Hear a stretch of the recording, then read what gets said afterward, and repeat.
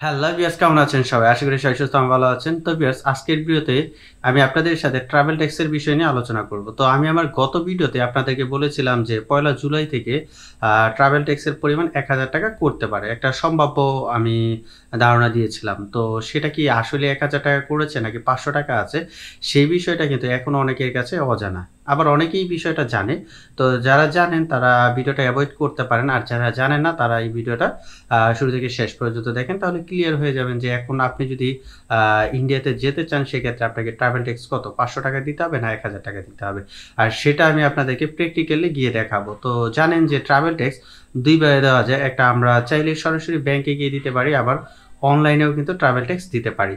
তো আসলে অনলাইনে যখন আমরা ট্রাভেল ট্যাক্স দিব তখন কিন্তু যেই অ্যামাউন্টটা এটা কিন্তু যদি ৳৫০০ থাকে তাহলে ডিফল্ট অবস্থায় ৫০০ দেখাবে, আর যদি ১,০০০ হয়ে থাকে তাহলে কিন্তু ৳১,০০০ দেখাবে। তো চলুন ট্রাভেল ট্যাক্স দেওয়ার ওয়েবসাইটে গিয়ে দেখে নেওয়া যাক আসলে ট্রাভেল ট্যাক্সটা বর্তমানে কত দিতে হয়। তো ভিউয়ার্স, আপনারা যদি অনলাইনে ট্রাভেল ট্যাক্স দিতে চান বা চেক করতে চান যে বর্তমানে ট্রাভেল ট্যাক্সের পরিমাণ কত, তাহলে আপনাকে ১ম এ Google Chrome এ যেতে হবে এবং সেখানে গিয়ে সার্চ দিতে হবে ট্রাভেল ট্যাক্স। তো আমি লিখছি ট্রাভেল ট্যাক্স।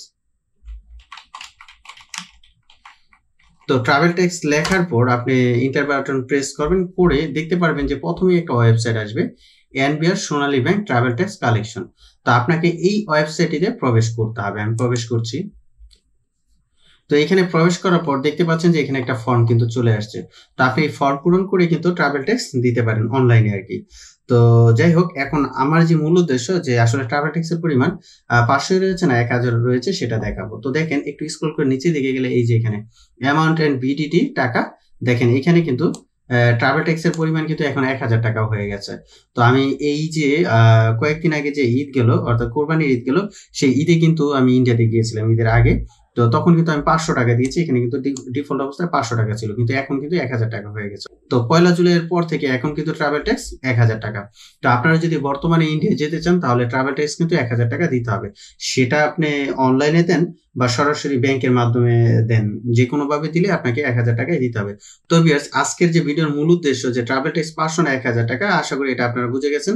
তো ভিউয়ার্স, ভিডিওটি যদি আপনাদের ভালো লেগে থাকে তাহলে অবশ্যই ভিডিওতে একটা লাইক দিবেন, কমেন্টস করবেন এবং পরবর্তীতে ভিসা সম্পর্কিত যেকোনো ধরনের আপডেট পেতে এই চ্যানেলটি সাবস্ক্রাইব করে আমাদের সাথেই থাকবেন। ধন্যবাদ সবাইকে।